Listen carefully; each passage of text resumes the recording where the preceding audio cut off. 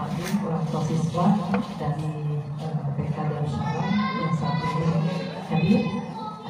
Ada keluarga, alhamdulillah ada satu ayat yang bisa hadir menyempatkan waktunya bisa mewakili bagi bapak yang lain maksudnya ya.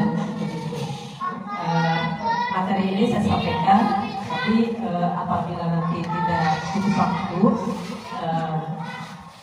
materinya bisa dibaca sendiri gitu ya, Bapak ya, disampaikan itu. Saya sampaikan, ini bagian dari karena Bu tadi ingin materi yang lain, tapi materi yang lain sebenarnya juga bisa disesuaikan dengan kebutuhan orang tua. Saya juga insya Allah ke depan apabila ingin judul yang lain bisa sesuai dengan kebutuhan orang tua siswa pada saat pembelajaran, gitu ya. Nah, ini ada pola asuh yang efektif sesuai dengan perkembangan zaman, ya.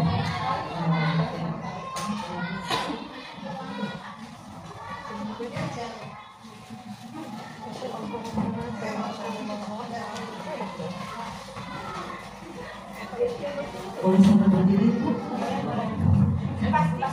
Iya. Kita sudah agak ini tidak bisa duduk lama untuk ya. Mungkin kebanyakan yang aktivitas duduk karena sekarang itu banyak melakukan scrolling. Jadi aktivitas yang bagus untuk usia seperti ini justru harus jalan-jalan gitu ya. Kalau duduk itu lama-lama kebas ya Bu ya, gitu ya. Jadi kita harus melancarkan peredaran darah. Sebenarnya kalau kita teguh itu juga peredaran darah kita terhambat. Jadi Bu duduknya yang seenaknya aja nggak apa-apa, kan nggak sopan, tapi ya saya mengalami sendiri bahwa tidak bisa juga lama-lama seperti itu ya.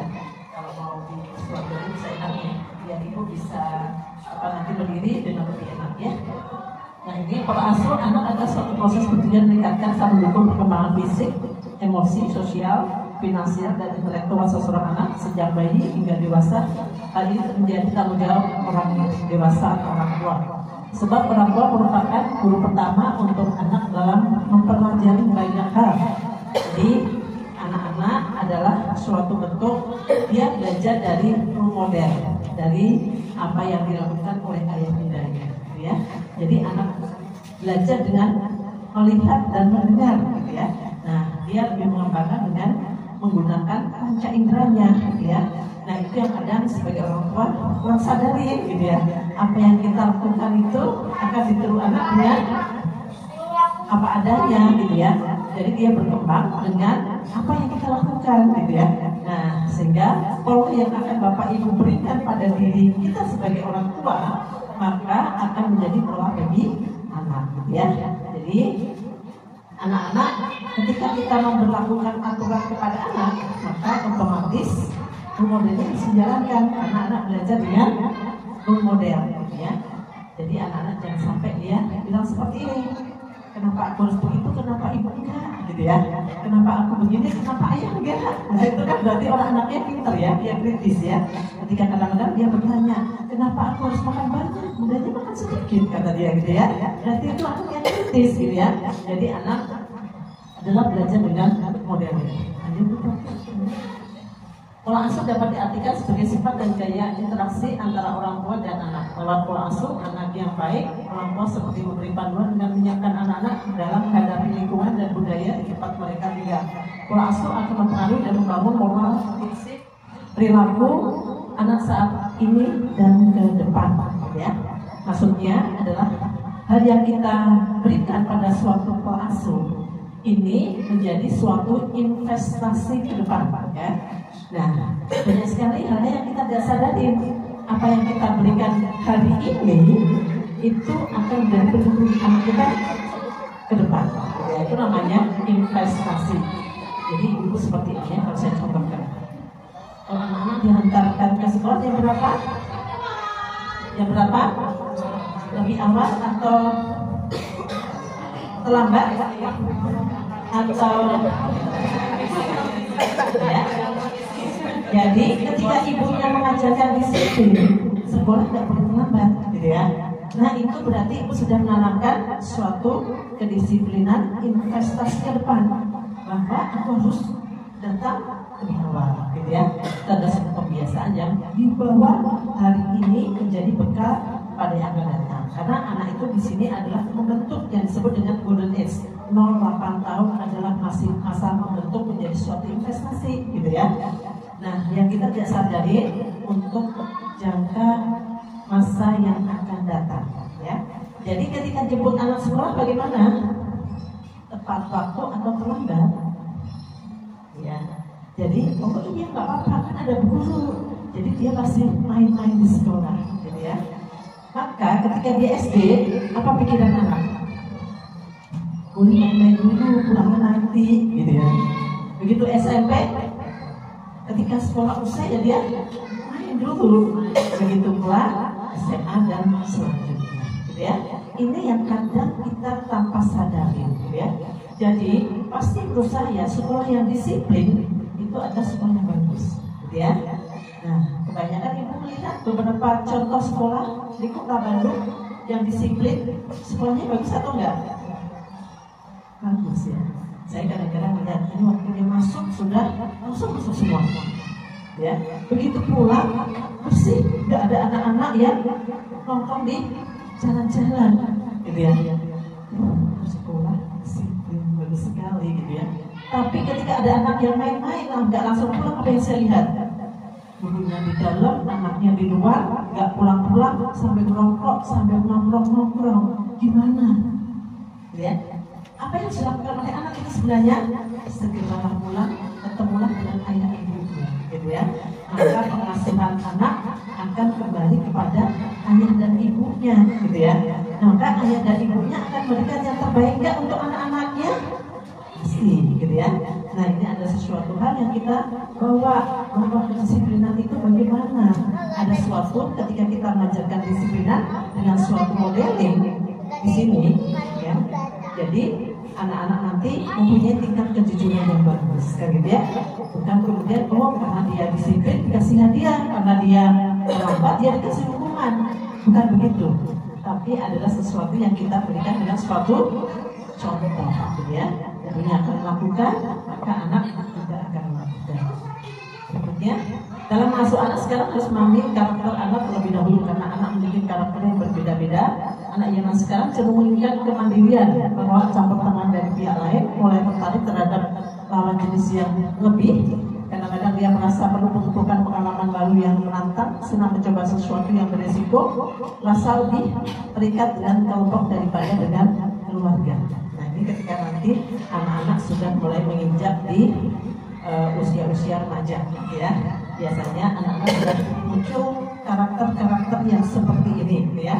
Dia lebih masuk pada suatu lingkungan, tapi kadang dia lebih sedikit waktu dengan keluarga. Karena hal ini yang dapat kita sadari, memang anak ketika sudah menginjak usia SMP, paruh waktunya lebih banyak di luar dibanding di dalam, ya. Sehingga dia membentuk suatu circle, membentuk suatu kelompok sosial, gitu ya. Nah, bagaimana kita mengarahkan anak-anak dia menemukan kelompok yang baik, gitu ya. Nah, bagaimana ketika dia menemukan kelompok yang kurang tepat, maka perilaku anak ini akan kebawa pada perilaku kelompok, gitu ya. Nah, ini bagaimana ibu akan mengarahkan dari yang sejak dia kecil punya sahabat seperti apa, punya teman seperti apa, gitu ya. Ketika ada teman yang kurang tepat, berarti kalau masa kecil gimana? Bukannya nggak boleh, tapi anak itu bawa ke rumah kita. Kemudian sambil kita bimbing bermain bersama dengan anak kita dengan arahan, biar anak kita punya teman dan anak itu juga bisa jadi baik. Karena apa? Dia adalah anak-anak yang masih bisa dibawa suatu perubahan, gitu ya, dengan cepat, gitu ya. Kalau sudah di SMP berbeda itu, gitu ya. Perilaku dia mulai terbentuk, gitu ya. Nah, ini jadi ketika ada suatu lingkungan yang anak yang ada yang berbeda, dia boleh main, tapi bagaimana orang tuanya mendampingi atau memantaunya. Kalau ada sesuatu yang tidak tepat, kasih tahu dengan baik anak itu. Biasanya dia mau untuk kita kasih tahu, ya, dalam suatu arahan. Tapi bukan langsung dilepas, gitu ya. Tapi dengan pendampingan dulu, nanti dikasih tahu. Ini loh caranya main. seperti ini loh caranya bicara, gitu ya. Biar apa? Anak kita ada teman juga, gitu ya. Nah ini kebanyakan orang tua menarik anaknya untuk tidak boleh main, gitu ya. Gak usah main, di dalam aja. Bagaimana perkembangan anak kita ketika dia tidak pernah belajar bersosialisasi? Suatu saat dia mengalami susah bersosialisasi, susah berteman, susah beradaptasi, gitu ya. Karena kecerdasan sosialisasi itu ada suatu bentuk kecerdasan emosi anak yang disebut mempunyai kecerdasan interpersonal, gitu ya, yang dikembangkan pada suatu kecakapan anak memiliki kecakapan interpersonal.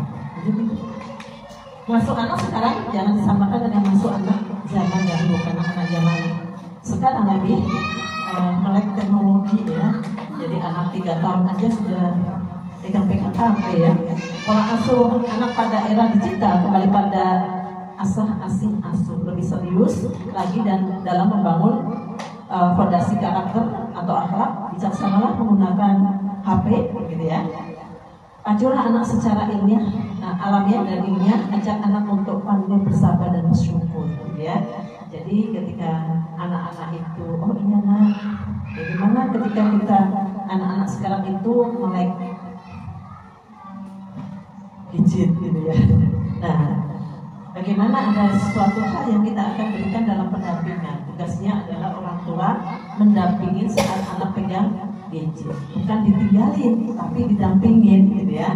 Biar kita bisa mengarahkan mana yang baik untuk dia lihat, mana yang kurang baik kita arahkan, agar anak bisa memilih suatu hal-hal yang dia buka dengan sesuatu yang berhubungan dengan hal-hal yang sifatnya ilmiah, sifatnya berhubungan dengan masa perkembangan dia, gitu ya.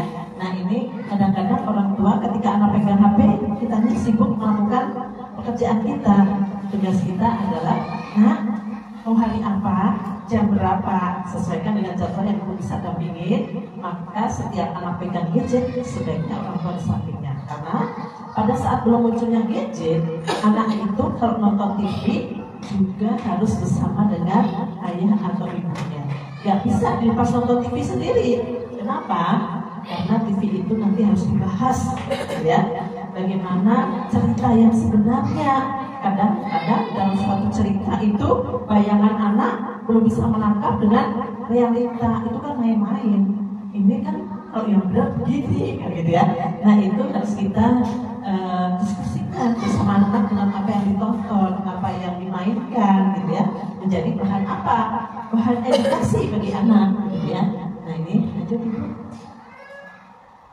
Orang tua perlu pendampingan anak sebagai generasi digital waktu menggunakan media digital dengan interaksi dunia maya. Orang tua dapat mengimbangi paparan media digital dengan mengenalkan pengalaman dunia nyata seperti aktivitas kegiatan seni, kegiatan luar ruangan, olahraga, membaca, interaksi musik, gerakan, permainan tradisional dan lainnya, gitu ya. Jadi untuk hal-hal biar anak itu tidak sering larinya ke gadget, kita bisa berikan suatu hal pengenalan yang sifatnya yang ada di sini, gitu ya. Jadi anak punya kegiatan lain, maksudnya gitu ya. Kalau anak tidak kita bimbing dengan kegiatan yang positif, pasti atau dia tidak punya kegiatan, larinya ke HP lagi, gitu ya. Nah, tapi kalau dia punya aktivitas kegiatan yang mendukung, maka anak itu terjadwal jam berapa lama, gitu ya. Nah ini, jadi kegiatan-kegiatan yang seperti ini bagi anak-anak ada suatu kegiatan yang tidak membebani, gitu ya. Jadi bukan baca ke situ, gitu ya. Tapi ada suatu hal yang dikembangkan pada kreativitasnya, karena kreativitas itu akan mewadai bagaimana seseorang akan melakukan apa, gitu ya. Itu akan mempunyai suatu ide, gitu ya. Nah itu dalam suatu hal pengembangan kreativitas. Pinjamkan anak perangkat digital sesuai dengan keperluan pendampingan dan peningkatan interaksi. Orang tua perlu mendampingi dan berinteraksi dengan anak selama menggunakan media digital. Jadi ibu-ibu sudah memberikan HP pada anak-anak? Siapa yang belum? Siapa yang belum? Karena orang tua sekarang adalah pegang HP, maka anak minta apa yang dipegang oleh orang tua. Di negara Australia, ya. Sekarang kalau saya lihat perkembangan informasi negara Australia itu bagus ya, gitu ya. Anak-anak usia 16 tahun baru orang tuanya boleh kasih HP. Kalau usianya kurang dari 16 tahun sudah dikasih HP, ibunya tidak boleh. Dan di Australia mulai menawarkan beberapa sekolah dengan pendidikan gratis. Berarti sudah mulai memberikan suatu investasi ilmu pada lingkungan rakyatnya. Itu luar biasa ya, negara maju berpikiran tentang ilmu gitu ya. Nah itu adalah sesuatu hal yang luar biasa menurut saya. Kalau dulu Australia kayak apa gitu ya.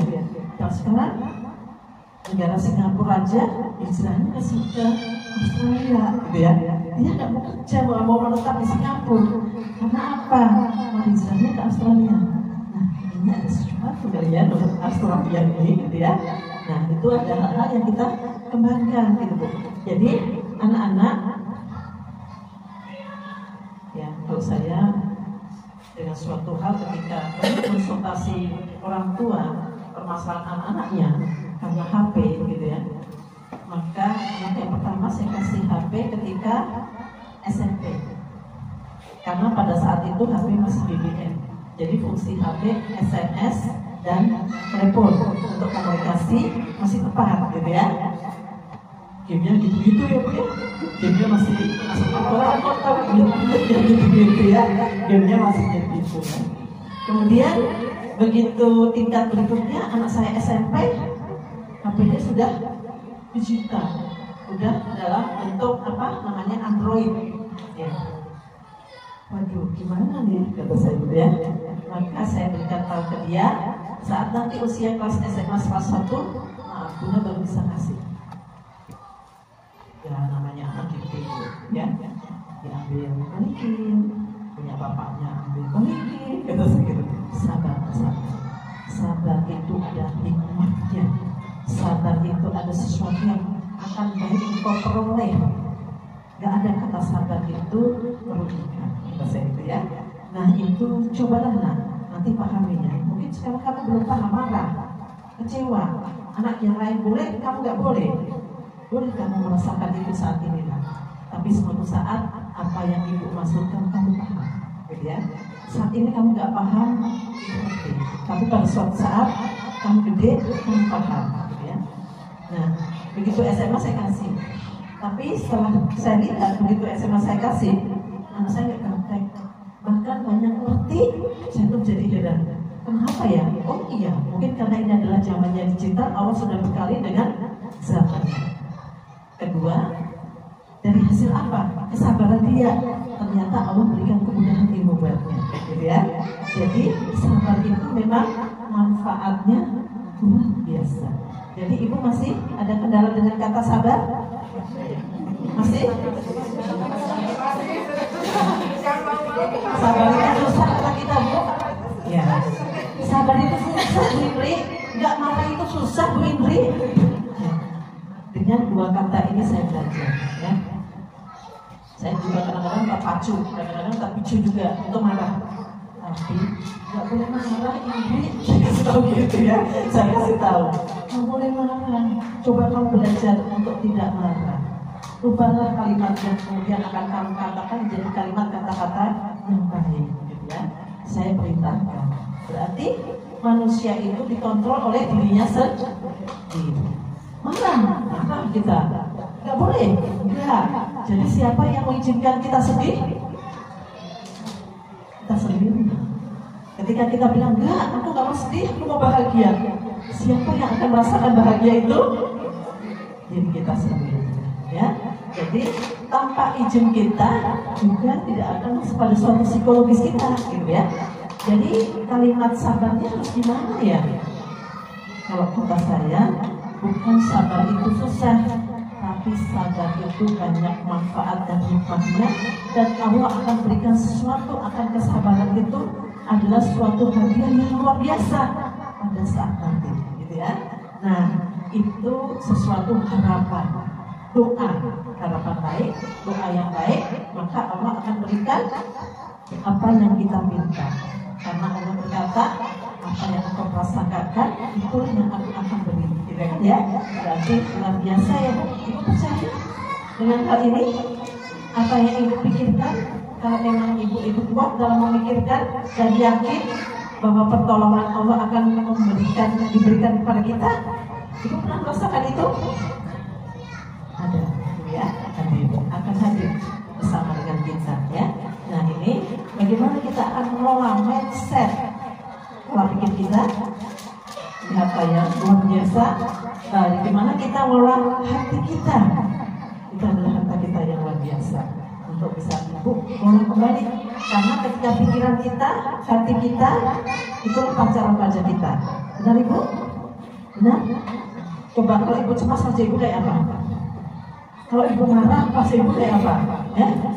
Tapi ketika ibu senyum, pancaran wajah ibu apa? Itu ya.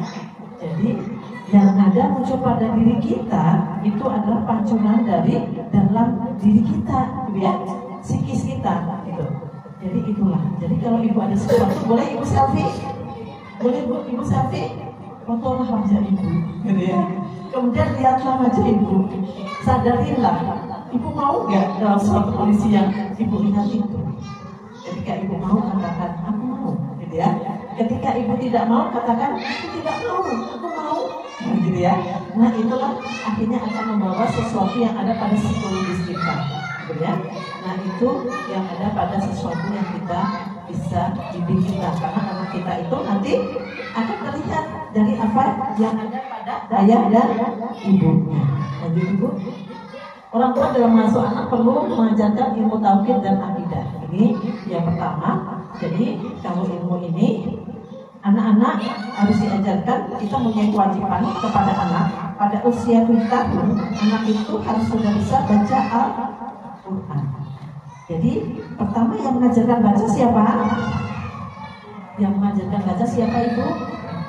Orang tua. Jadi kalau ngajarin baca, yang baca siapa dulu? Selama ini siapa yang suruh baca?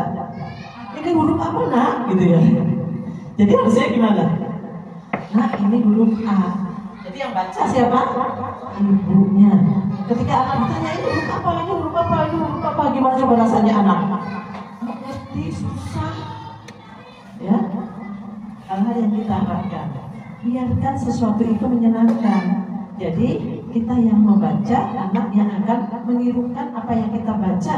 Masalah itu bisa atau tidak nanti. Biarkan itu berproses, gitu ya. Karena berarti yakin nanti juga bisa, gitu ya. Ibu nanti selalu meyakinkan ke orang tua, sabar nanti juga bisa, kan gitu ya. Nah ini adalah sesuatu hal karena pertama yang mengenalkan baca di sekolah adalah guru yang baca. Bagi bukan kita yang minta anak kita baca, ya. Di sini ada sesuatu hal bahwa anak dalam usia 7 tahun yang disebut dengan fase laten, diberikan stimulus mengendap sebentar, baru dia akan memberikan jawaban. Masa inilah yang disebut dengan pengembangan memori, karena mulai ada konsentrasi. Maka masa usia 7 tahun itu masa yang paling tepat untuk diajarkan baca tulis. Sehingga ini ya dalam suatu kematangan secara agama menyampaikan 7 tahun baca Quran, gitu ya. Maka di dalam ilmu psikologi pun juga sama. Maka anak TK itu adalah dikenalkan, ya, bukan mengajarkan, tapi dikenalkan. Maka tapi yang kenalnya beda-beda. Kenapa beda-beda? Karena modalnya nggak sama, ya beda-beda, gitu ya. Nah itu ada anak TK. Nanti pada suatu fase laten dia akan seragam, gitu ya. Ada mulai bisa, gitu ya. Nah, lanjut ibu. Anak betul-betul kata yang berikan latihan untuk mengucapkan kata-kata dengan baik, dengan sopan, ya. Maka dasar yang kita berikan kepada anak-anak, maka anak mempunyai latihan ucapan kata-kata baik atau ucapan-ucapan yang baik. Bagaimana Bu Tati mengajarkan permisi, terima kasih, maaf, minta tolong, gitu ya. Nah itu adalah yang sederhana, tapi ini sudah memberikan suatu kecerdasan dalam emosi anak, gitu ya. Permisi, kalau anak usia 3 tahun bilang permisi gimana? Ketika ibu mengajarkan dengan permisi, maka dia bilang mici, gitu ya. Kadang-kadang saya ketawa, belum lengkap tapi ngerti mici, katanya gitu ya. Aduh ini ibunya gimana, gitu ya. Nah itu ada sesuatu yang kita nantikan anak-anak. Ketika dia belum berkata permisi, nah boleh diulangi. Bilang yuk, ibu bimbing yuk, ngucapin bareng-bareng yuk, permisi. gitu ya. Itu dulu, ya. Maka guru memberikan bimbingan bagi anak-anak dengan contoh, dengan modeling, gitu ya. Tidak dimarahin, itu nggak sopan, itu nggak baik, itu jelek, nggak begitu. Yang ditekankan apa perilaku yang dia harus lakukan, utamanya, ya. Jadi, dia belum kebiasaannya, ayo kita memang dia untuk bisa mengucapkan kalimat-kalimat itu, ya. Apalagi ibu bimbing dengan ucapan kalimat doa. Gimana ucapan doanya, Bu? Sedang bagi anak-anak. Innalillahi, astagfirullah, masya Allah, tabarakallah, assalamualaikum, bismillah. Ini doa pendeknya. Ketika dia mengucapkan dengan kalimat-kalimat pendeknya, maka kalimat itu adalah kalimat yang terbimbing dengan doa, ya.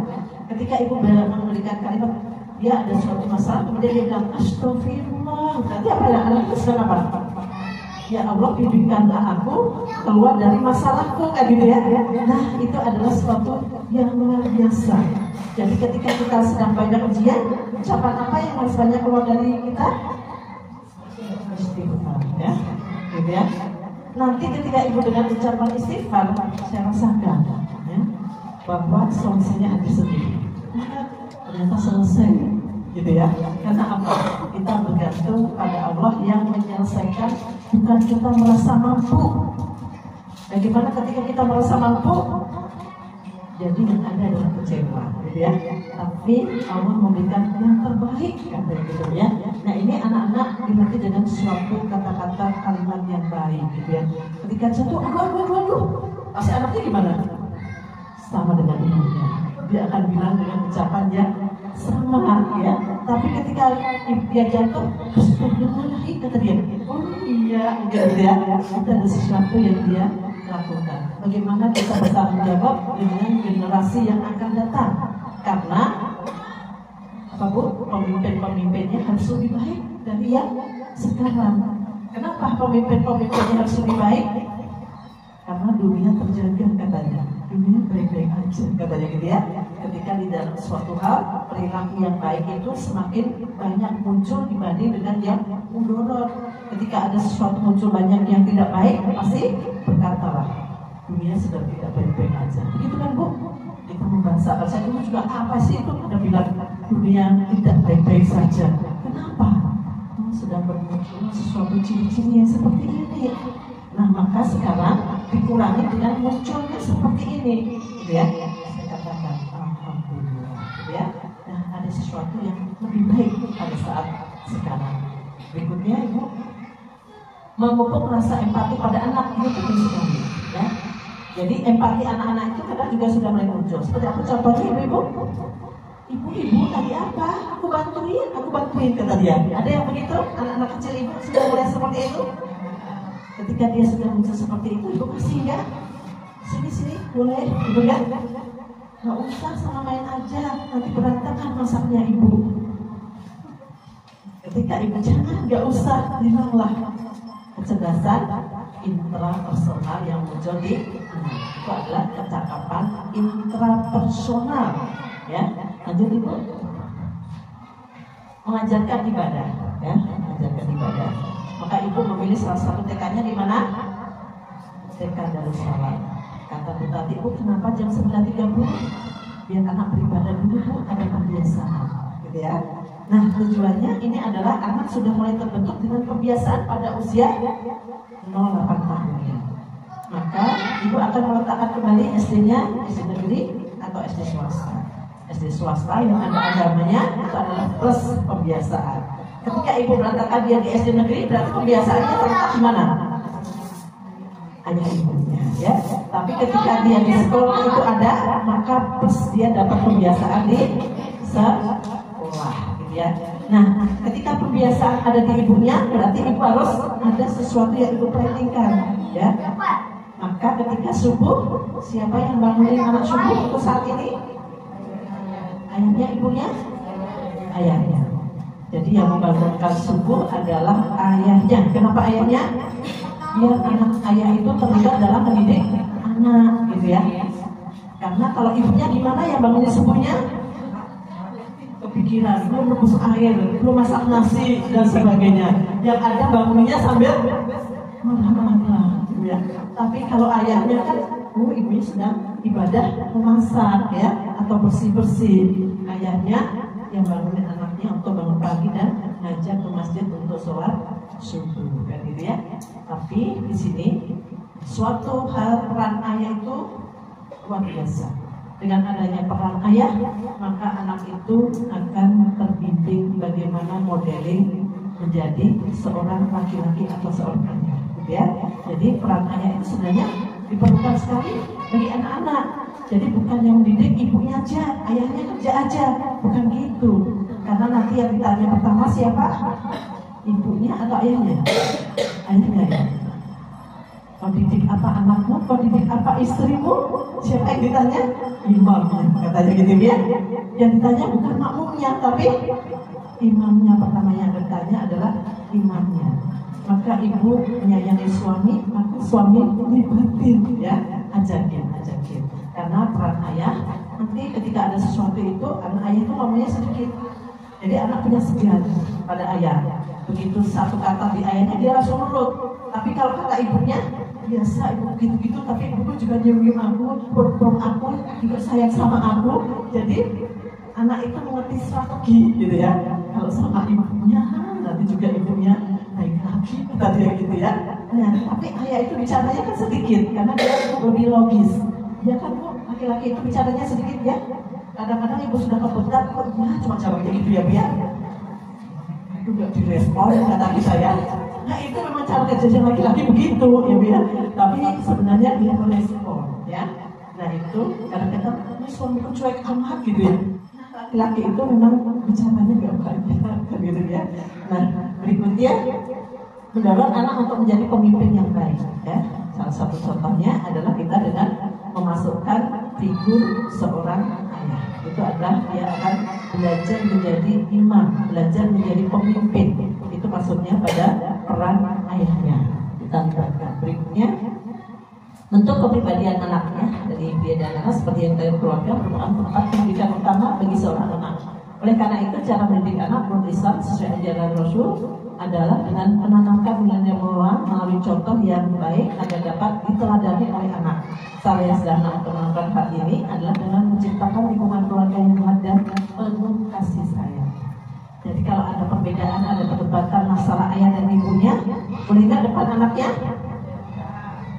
Harus punya tempat sendiri ya. Karena di dalam suatu keluarga namanya ibadah ya Bu, ujiannya banyak ya. Nah, maka tetap aja harus diselesaikan. Tapi niatnya tadi adalah ibadah dalam keluarga, seberat apapun dijalani kata apa? Ibadah gitu ya. Asal yang penting apa? Suaminya menafkahi. Dalam arti ada kewajiban yang dijalankan. Maka ada suatu kesadaran dari seorang istri gitu ya, untuk mensupport keberhasilan suaminya dalam mencari nafkah ya.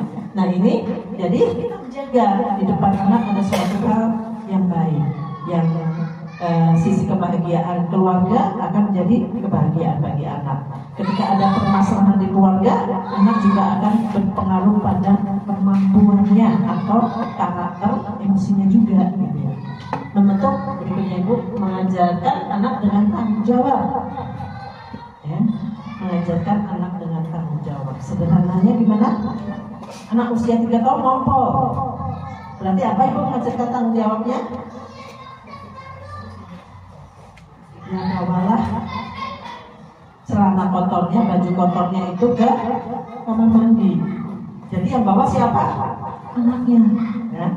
Ibunya nemenin gitu ya. Ayo ditemani sama ibu. Kata kita ya, sebetulnya. Karena itu ya sebagian kecil kita harus libatin. Dia ngerti. Kenapa? Karena aku tadi tidak pipis di kamar mandi. Ya.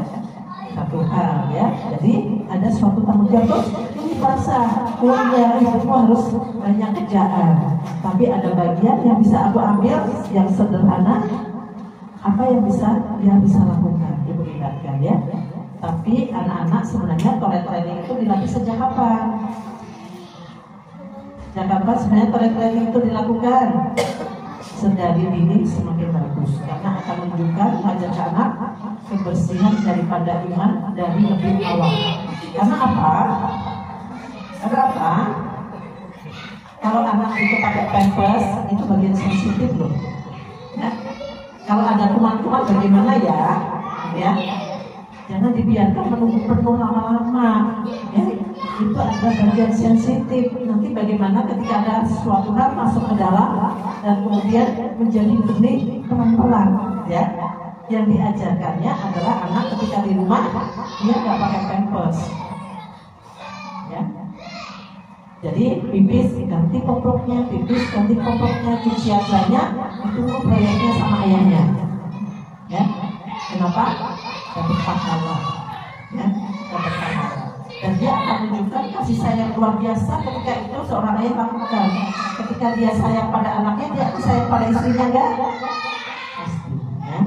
Jadi ini penting sekali untuk kerjasama, gitu ya. Nah, anak-anak ketika dia dalam kondisi darurat dia pakai pampers, ya. Pertama nih, nanti kalau mau ke tempat orang lain gimana? Oh, ini dipakein, gitu ya. Tapi kalau udah sampai rumah gimana? Dilepas. Sebenarnya yang sangat membutuhkan pampers adalah manual, ya. Karena memang tidak bisa ngapa-ngapain, sangat perlu sekali, ya. Dan Allah mengizinkan. Kenapa? Karena memang kemampuan fisiknya sudah berbeda, gitu ya. Nah, ini ada sesuatu hal yang kita arahkan anak-anak memiliki suatu bentuk tanggung jawab. Kalau kotor itu disimpan. Bagaimana kita mengajarkan kejujuran? Ya. Karena itu kotor, ya harus diganti. Itu tidak sadar kita mengajarkan kejujuran loh, gitu ya. Ini penting secara psikologis, gitu ya. Tapi orang tua sekarang memang dimanjakan dengan pampers, gitu ya. Nah ini kalau anak itu dari kecil ibu bangun subuh dia pakai pampers, apa yang dilakukan orang tua? Langsung bawa anaknya ke kamar mandi, pipis, buk, gitu ya. Nanti ibu sudah melatih bangun paginya jam berapa itu? Jam 4:45 sudah dibangun, biar apa? Biar nggak ngobrol, gitu ya. Sama aja sudah ibu mendisiplinkan dia kebiasaan bangun pagi, gitu ya. Nah, anak bangun pagi itu harus kita ajarkan sejak kecil. Kenapa? Karena rezeki hadir pada saat menjelang subuh, ya. Nah ini harus kita ingat. Gimana kalau dia udah masih tidur aja, baru jam 7 baru bangun, sedangkan matahari sudah terbit. Ini apa aja? Dengan berjemur dia menjadi sehat dan sebagainya. Banyak sekali yang diperoleh, bukan hanya rezeki seperti materi, gitu ya. Nah ini anak-anak, bagaimana ibu melibatkan dalam suatu tanggung jawab, ya. Jadi ketika ibunya melakukan sesuatu, ibu, aku bantu simpan, kata dia. Padahal nyimpannya akhirnya berantakan juga, gitu ya. Tapi nggak apa-apa lah, lucunya dia itu dengan kalimat aku bantu, kata dia, gitu ya. Nah ini ibu melibatkan dalam tanggung jawab dalam peningkatan paling tidak apa? Anak mengerti apa yang harus dilakukan untuk dirinya. Siapa yang mau SD? Sudah mengerti tanggung jawab? Ya, ciri-cirinya ketika anak itu ibu ajarkan tanggung jawab, nanti dia itu akan sekolah, berangkat sekolah dia dengan tenang, ya. Besok aku mau sekolah, siapin seragamnya, sepatunya, ya, tasnya. Bangun tidur dia sudah ngerti mandi, pakai baju, pakai sepatu, pakai tas. Udah, aku sudah siap diantar. Gimana ibunya? Tapi kalau itu belum dilakukan oleh anak, apa yang dilakukan? Cepetan bangun, cepetan mandi, mana bajunya cepetan, jangan lama-lama. Terus saja kita ngomong. Maka sampai sekolah anaknya tenang gak? Jam 1 jam pertama dia belajar gak? Masih ada rasa kesel, nangis, marah, gitu ya. Jam kedua baru dia belajar, ya. Nah di sini, maka kenapa dia ketinggalan? Nah psikologisnya disiapin dulu, bukan karena kemampuannya. Tidak selalu bahwa anak itu ketika berhubungan dengan belajar dia tidak mampu, ya. Kesiapan psikis ini penting sekali, gitu ya. Lanjut, mengajarkan anak akhlak, ya. Salah satunya dengan belajar tolong menolong, kerjasama, permainan yang dipermainkan dengan peran bersama, gitu ya. Lanjut ibu. Mengajarkan anak dengan menghormati orang yang lebih dewasa atau lebih tua. Kita ajarkan. Jadi kalimat-kalimat yang bagaimana ketika mengucapkan dengan orang dewasa. Jadi anak itu kenalkan dengan teman sebayanya di atas usianya, dan juga dikenalkan bagaimana berkomunikasi dengan orang dewasa. Lanjut. Mengajarkan anak dengan selalu bersyukur. Contohnya apa? Ibu suka bertanya, nak mau makan sama apa? Gitu. Suka. Makanya mau sama apa? Gitu. Enggak. Kalau anak ditanya begitu, jawab dia apa? Aku nggak mau ini, aku maunya itu. Gitu ya. Bagaimana kalau ibu masaknya yang itu, tapi dia minta yang lain? Tapi bagi anak, nah, ada rezeki dari Allah, sudah masak. Apa yang ibu sudah masak, makanlah nak. Karena itu harus kita syukuri. Jadi anak kalau masalah makan nggak boleh ditawarkan ini apa, gitu ya. Karena apa? Nanti pasti dia banyak maunya, gitu ya. Ya, mari sama, makasih. Ya. Nah, itu yang kita berikan di anak-anak. Ya, dengar aja dia langsung. Kasih. Jadi di sini anak-anak dilatih kalau untuk masalah beli baju boleh ambil, gitu ya. Anak ibu berikan satu, nak ibu berikan dua, ini tempatnya ibu temenin, boleh beli satu, boleh beli dua. Tapi kalau makanan yang ibu masak harus dimakan. Gimana kalau ibu masak kemudian dia dimakan, gimana? Sedih nggak? Sedih. Apalagi kalau nggak dimakan suaminya, lebih sedih lagi, gitu ya. Nah, ini ada sesuatu hal ya. Jadi ajarkan dia dengan bersyukur. Saya dulu juga gitu. Kalau anak ditawarin, aku masaknya ini dia nyonya mie, gitu ya. Aduh, harus masakin mie, gitu ya. Mulai saat itu saya udah tanya, ini di meja itu sudah makan, ambil sendiri, makanlah apa yang Allah berikan lewat ibu masak tadi. Jadi pada saat itu dia mulai tidak, aku nggak mau ini, aku maunya itu, gitu ya. Apa saya masak, dia makan, gitu ya. Nah, nanti ada momennya, sebulan sekali kita ajak keluar makan bareng-bareng dalam bentuk yang boleh menunggu diri, karena pilihannya ada di dapur orang lain, gitu ya, gitu ya, di rumah makan maksudnya, gitu ya. Tapi ada saatnya ketika kita di rumah adalah melatih dengan rasa syukur, ya. Lanjutnya, berikutnya mengajarkan anak tentang kasih sayang, ya, tentang kasih sayang.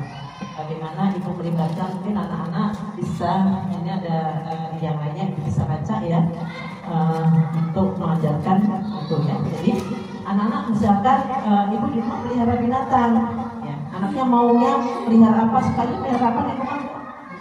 Kucing. Bagaimana dia kita latih untuk beri makan, kita latih untuk dia melap ketika kotor, misalkan ya, kita latih untuk bisa membuang kotoran dan sebagainya, ya. Itu selain memberikan suatu bentuk tanggung jawab, juga dia belajar untuk menyayangi, ya. Begitu pula dengan teman-temannya, dengan berbagi, misalkan itu adalah bagian dari menyayangi. Jadi anak-anak itu kan, kalau saya dulu anak saya di pesantren itu, kadang di pesantren itu muncul ini, milik bersama. Jadi ketika anaknya dibawa makanan, makan bersama-sama, habislah, gitu ya. Ketika kita beli tujuannya untuk 1 minggu atau 2 minggu, maka saya bisa, ini untukmu, yang ini untuk berbagi, gitu ya. Jadi katakan pada teman kamu, ini diberikan untukku dalam 1 minggu. Yang ini kata ibuku untuk berbagi, gitu ya. Nah, ini ada sesuatu hal yang kadang ini ketik juga, gitu ya, bahwa ini adalah kepemilikanku, ini pribadi, gitu ya. Jadi kalau untuk baju itu pribadi, nggak boleh pinjam-pinjam, kan, gitu ya. Gimana, gitu ya. Nah, ini ada suatu hal yang kita tanamkan juga, gitu ya. Bagaimana kita menyapa temannya ketika dia kurang tepat, misalkan ya. Nah, ini tetap kita berikan dengan kasih sayang, ya. Jadi pola asuh yang pertama memang tidak boleh memberikan pola asuh dengan marah, ya. Kalau anaknya marah gimana? Kalau anaknya marah gimana? Bagaimana ibu? Kalau kita kan nggak boleh marah, ya. Kalau anaknya marah gimana? Kalau saya bilang boleh marah, boleh kok marah, silakan. Udah selesai capek ya? Ini ya, ibu juga capek kalau marah, kata saya gitu ya. Terus kata dia gini, itu anaknya psikotes. Psikotes itu PDB di salah satu SD. Dia marah, boleh marah, silakan marah. Aku mau marah, kata dia, silakan. Tapi ketika sudah saya berikan suatu bentuk empati, gitu ya. Nah, di sini kemudian dia bilang, aku nggak mau marah, aku maunya dimarahin, kata dia malah itu. Dimarahin dibalik sama dia. Artinya dia nggak marah karena saya tidak tunjukkan marah sama dia. Akhirnya nempel, aku mau. Dia mengontrol emosinya dengan baik, ya. Karena apa? Kita contohkan bagaimana ketika dia aku mau dimarahin, tapi saya nggak marah, gitu ya. Nah itu ada kontrol dia meniru ada suatu modeling pada saat dia mendapatkannya. Kalau itu dilakukan terus, itu akan masuk lagi, ya. Nah itu hal yang kita berikan. Mengajarkan anak sedekah dan berbagi pada sesama. Nah ini sebab kita ditanamkan. Ada belajar main ya boleh, pencil gitu ya, pencil anak ya. Nah di situ diniatkan dari mana Bu? Ibu melatihnya. Kalau ibu yang ngejreng berarti diniatkan dari ibu. Kalau anak yang ngejreng diniatkannya dari mana? Dari bagian uang jajannya, ya. Nah itu yang diniatkan dari bagian uang jajannya, gitu ya. Kalau seharinya adalah 10.000, maka hari itu dia ngejreng 2.000, ya. Nah kenapa kita ajarkan dari niatnya, dari rezekinya? Kenapa Bu? Karena ketika ibu bapaknya udah gak ada, pahala itu mengalir, amal jariahnya dari niatan anaknya, kan gitu ya. Nah agar ketika nanti dia melakukan, meskipun kita sudah tidak ada, tetap memberikan cahaya pada alam barzahnya. Karena ayah ibunya ada di mana? Di amal yang berbeda, karena belum ditarik nanti pada pertanggungjawaban. Akhirnya belum ada neraka dan surga, belum ada, tapi masih di alam kubur, gitu ya. Nah ini anak-anak kita nanti pada suatu pembiasaan. Nah gitu ya, begitu besar ibu sudah investasi pada yang akan datang. Jadi ini dalam berbagi sini cukup ya, kan cukup di sana selesai dari 12 ya. Nanti berlanjutan ibu bisa baca sendiri dan menerjemahkannya. Nah nanti ibu untuk asesmennya dilakukan tanggal berapa ibu? 24 ya. Komitmennya di 24 Januari. Nanti akan dibagikan, ibu bisa membaca biayanya dan apa aja yang akan dilakukan evaluasinya. Waktu dan tempat saya kembalikan ke Bu Tati, mungkin akan dipanggil dengan tanya jawab. Terima kasih.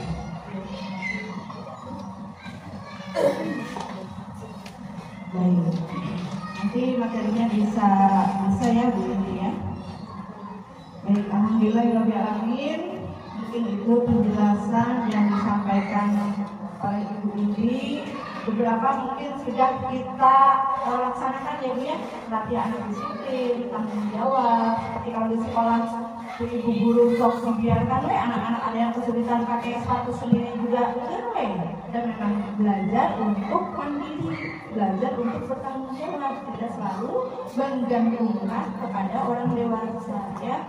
Dan saya yakin di rumah pun mama-mamanya, mama-papa sudah menjalankan apa yang sudah di sekolah diajarkan sebagai sinergisitas antara pihak sekolah dengan pihak di keluarga dan rumah. Nah, adapun untuk pelaksanaan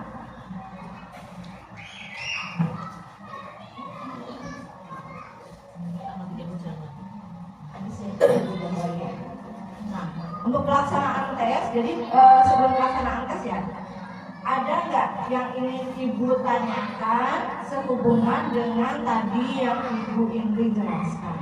Barangkali ada yang ingin ditanyakan, saya akan membuka kesempatan untuk 3 pertanyaan saja.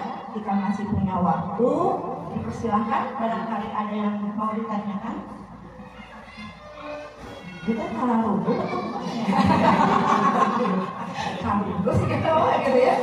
Jadi semua kembali kepada diri kita ya. Ketika apa yang tadi Ibu ini jelaskan, ada sakit itu, ada sakit itu, gitu ya. Kembali mengevaluasi diri.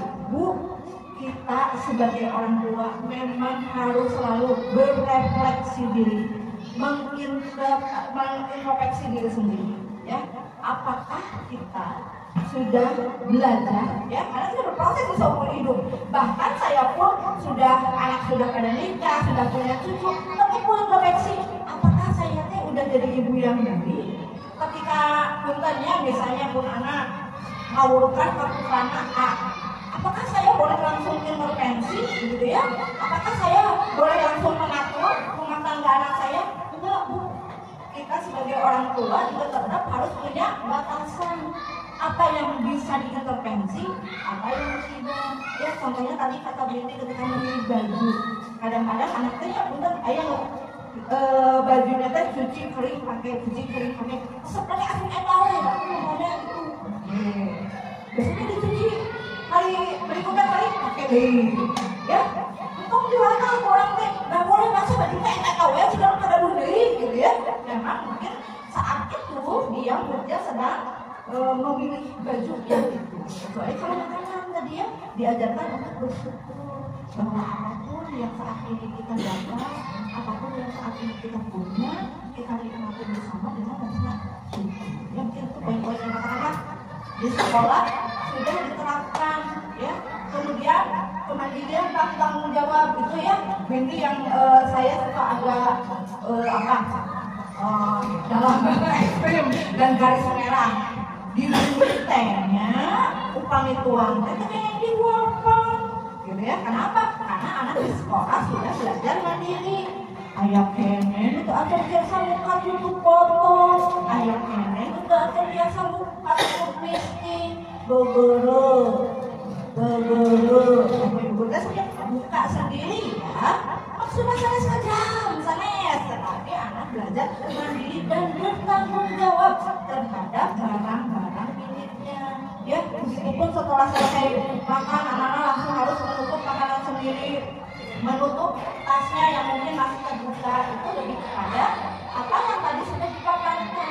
Ya, jadi fisiologi itu bukan masalah yang remeh-temeh, tapi lebih ke mendalam kepada diri kita sebagai orang tua. Apakah kita sudah menjadi role model, sudah menjadi teladan bagi anak kita, ataukah kita masih harus terus belajar? Dan saya yakin sampai saat ini pun saya masih belajar sebagai orang tua.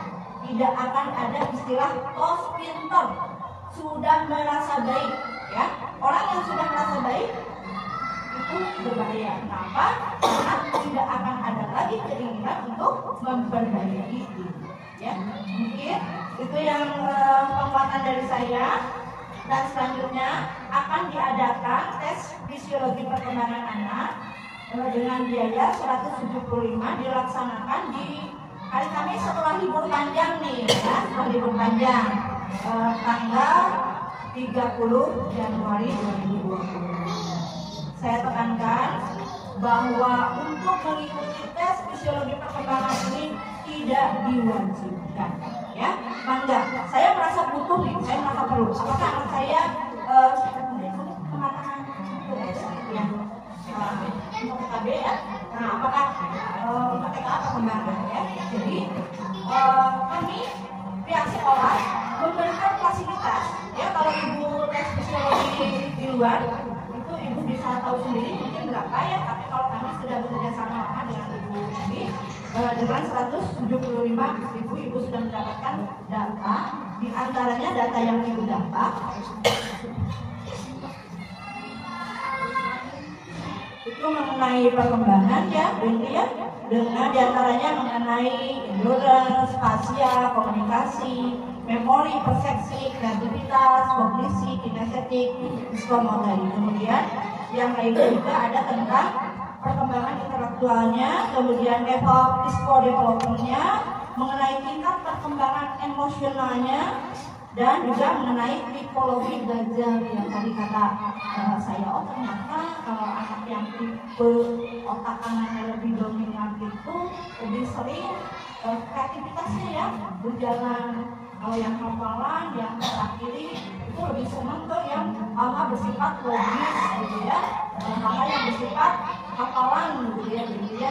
Nah, itu yang akan informasi yang akan didapat oleh ibu-ibu sebagai data untuk ibu-ibu melakukan treatment atau atau latihan-latihan di rumah untuk mengembangkan anak-anak kita itu dan potensi-potensinya bisa berkembang secara optimal.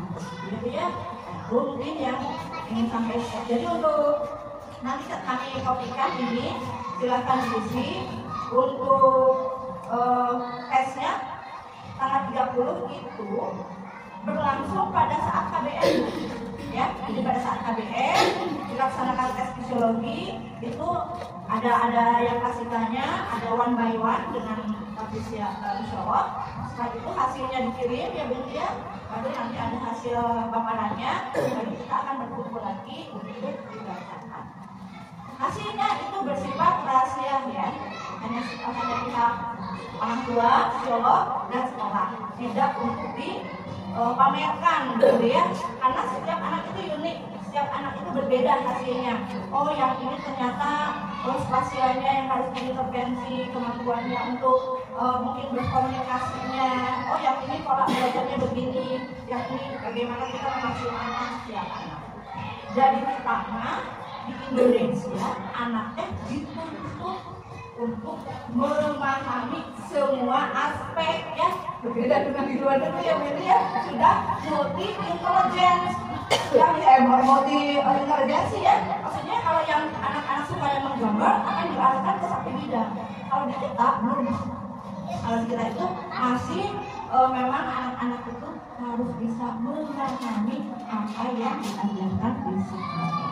Ya, misalnya kalau tidak ada pertanyaan ya, kita tidak ada pertanyaan. Mungkin ini, oh ini ada di sini, mesti ayah berbeda di situ.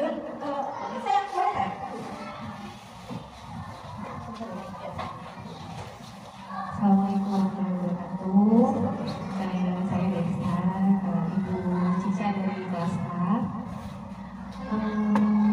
Soalnya yang mau saya tanyakan Bu, ini mungkin saya sama Ibu juga.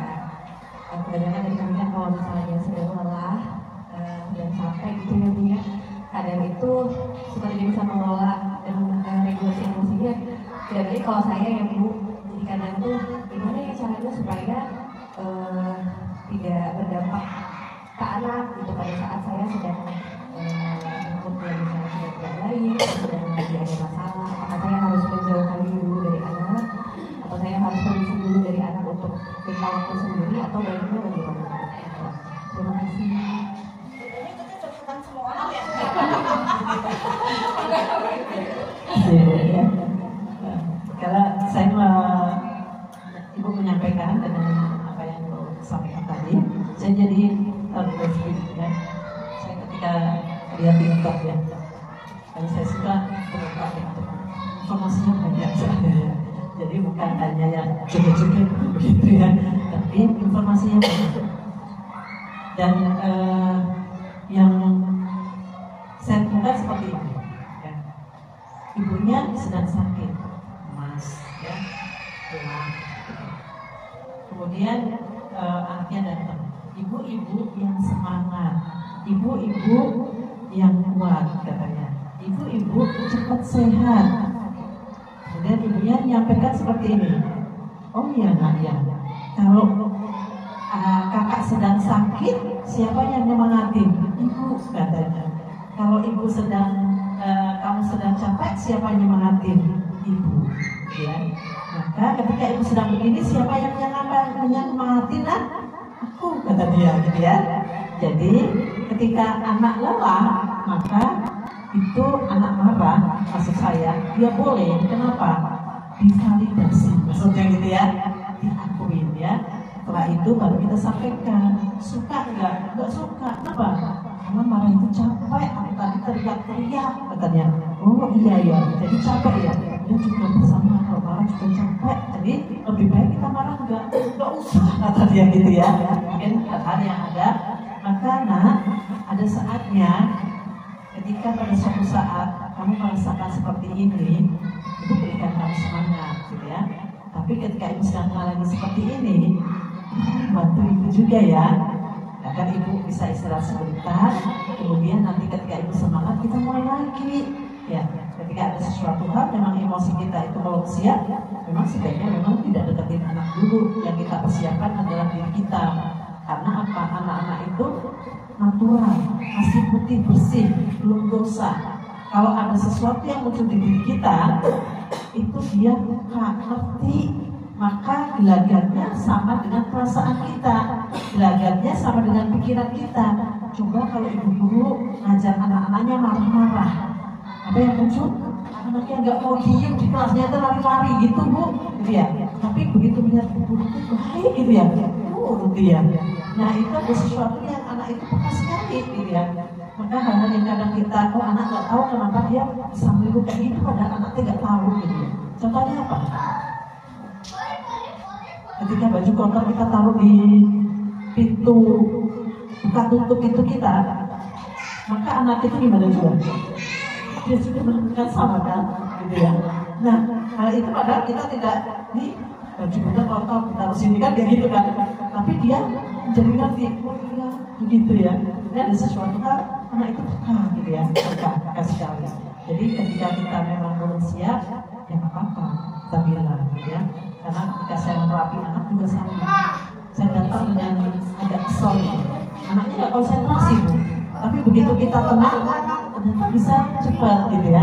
Nah itu apa yang kita berikan ketika ibu memberitahu kepada anak, nanti ada saatnya, ya sama-sama, mari silakan. Jadi kita memberikan suatu pengertian juga. Apa itu kita kasih tahu ke anak, maka anak nanti juga akan belajar memahami yang lain kan. Oh ya, ibu sedang capek ya, oh, ibu sedang letih ya, oh ya udah nggak apa-apa, aku tunggu dulu, kata dia gitu ya. Nah itu ibu mengajarkan tadi kecerdasan intrapersonal. Ketika pada saat itu ibu bisa kasih tahu pada anak, gitu. Kan rasanya, aduh kok nggak cepat-cepat dia masih pelayanan dia, padahal dia sedang butuh gitu ya. Itu rasa kita sebagai seorang orang tua pasti muncul kayak gitu. Pengennya cepat ngasih gitu ya, tapi apa daya kitanya gitu ya. Mungkin pikirannya muncul bertentangan dengan hati kecil ingin sayang pada anak, maksudnya begitu. Itu ibu ada lagi? Ya makasih. Assalamualaikum warahmatullahi wabarakatuh. Masih saya mewakili ibu dari Kalimantan. Bu, saya ingin bertanya. Ini saya satu ibu pekerja, karena maksudnya kan tidak stabil, ada masalah yang memang kemungkinan terpikirkan. Kadang beberapa orang kan selalu bicara jangan suka rubet, nanti anaknya ikut rubet. Nah, biasanya saya mau ambil jeda sebelum pulang ke rumah itu untuk duduk dulu, menenangkan diri dulu, terus kasih ke rumah saya dulu di rumah. Tapi apakah itu betul? Apakah memang ketika saya sudah berusaha untuk mencoba menahan semua masalah untuk bertemu dengan anak, tapi memang ternyata anak agak sedikit rewel gitu. Apakah memang bonding itu ada atau hanya sekedar mitos saja seperti ini? Terima kasih.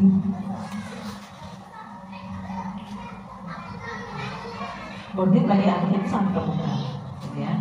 Jadi ada saatnya anak bonding dengan ibunya, ada saatnya anak itu bonding dengan ayahnya. Ada saatnya berjalan berdua sama ibunya, ada saatnya jalan berdua sama ayahnya. Ada saatnya jalan semuanya bareng-bareng, kayak gitu ya. Jadi hal-hal jadi ketika ada hal-hal yang mungkin dalam suatu hal karena anak itu terjadinya suatu, kenapa dia ada perilaku yang seperti ini gitu ya. Nah setelah saya belajar dari 2003 sampai dengan 2005 gitu ya, ternyata permasalahan anak muncul itu adalah karena dimulai 4 bulan dalam kandungan memang gitu ya. Jadi terjadinya ketika ada problem permasalahan ketika dalam kehamilan, itu kan kita sudah memberikan suatu bentuk pendidikan bagi anak. Maka investasi ayahnya kan sudah masuk, investasi ibunya kan sudah masuk dalam memberikan suatu pendidikan, ya. Maka ketika terlahir, nah dia muncul ada suatu marah karena pada saat itu ada suatu problem emosional, gitu ya. Nah, ketika anak dalam tanda kutip, mungkin gitu ya, yang sama saya ya, mungkin tidak persis apa yang terjadi pada dokter atau putri ibu. Jadi ketika anak itu marah-marah, dia mempunyai gangguan emosi, gitu ya. Nah, dia kasar, misalkan gitu ya. Berarti kebutuhan anak apa? Kasih sayang, ya. Karena dia itu nggak lembut, dia dibutuhkan. Jadi kebalikannya lembut. Jadi sesuatu hal yang kadang-kadang itu adalah suatu proyeksi. gitu ya. Proyeksi itu kadang-kadang kan gini, dia menunjukkan suatu kemampuan gitu ya, tapi sebenarnya proyeksi dia tuh menutupi kekurangannya. Karena ada yang gitu ya, aku tuh kayak punya apa aja diomongin bahwa dia punya, tapi di belakangnya sebenarnya ada kekurangan tuh, kan dia butuh validasi tuh, butuh pengakuan orang lain. Tapi kalau dia punya, kayaknya dia nggak butuh pengakuan. Kenapa? Karena memang udah punya kan gitu ya. Nah itu kadang-kadang proyeksi itu berbeda dari yang nampak gitu. Jadi perilaku yang muncul itu tidak nampak. Maka yang dibutuhkan adalah ibu tetap memberikan dengan suatu figur kebutuhan dia apa saat ini. Ketika pada saat di dalam kandungannya belum terpenuhi, maka kita penuhi sekarang. Untuk berubahnya ini ketika ibu penuhi dengan bonding ibu, maka ini kan dari saat ini belum, karena itu sedang berproses. Tapi suatu saat ketika terus ibu kuat untuk memberikan, suatu saat ciri-ciri apa yang terjadi masa kecilnya itu tidak nampak, tidak muncul. Sehingga ketika dia menjadi anak yang baik, sholat pasti kita kaget, kecilnya kayak gitu. Tapi sekarang anak itu insya Allah kayak gitu. Karena saya juga menemukan anak yang terapi. Pada suatu saat saya datang ke rumahnya, permisi saya boleh parkir motor saya di sini? Ibu salah. Jadi gerak tubuhnya, kalimatnya, itu sama sopan banget. Dia bisa memberikan kata-kata yang kata yang baik adalah ibunya apa gitu ya. Kok nggak kelihatan dia cerita kayak gitu ya. Nah ini yang kita berikan. Nah hal-hal yang ada pasti ada suatu hal yang memang dia nggak sadari.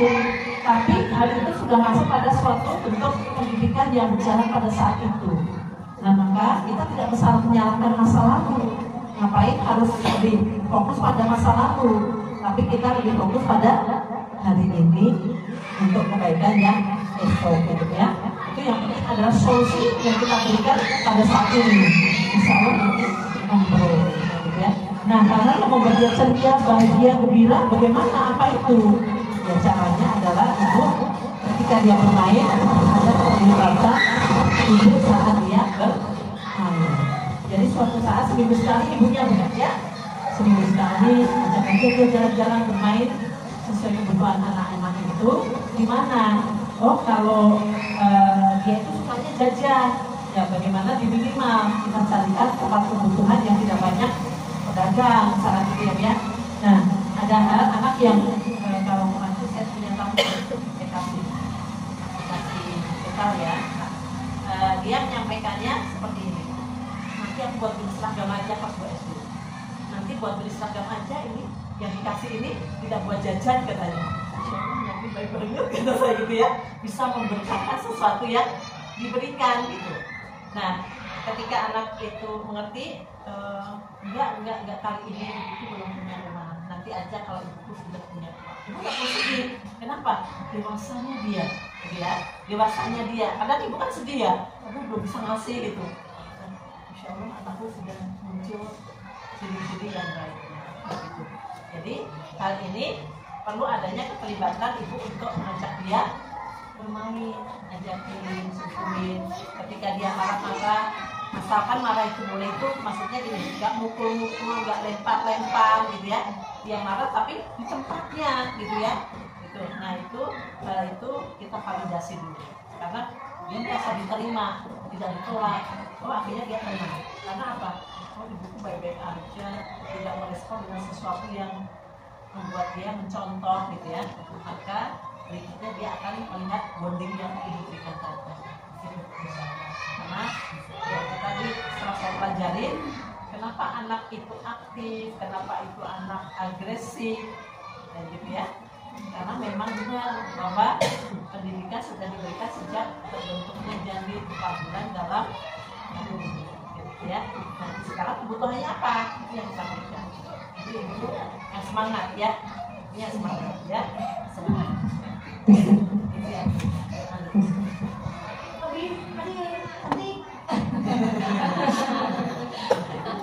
Sebagainya habis sebagainya. Ini nggak bisa dibarusan.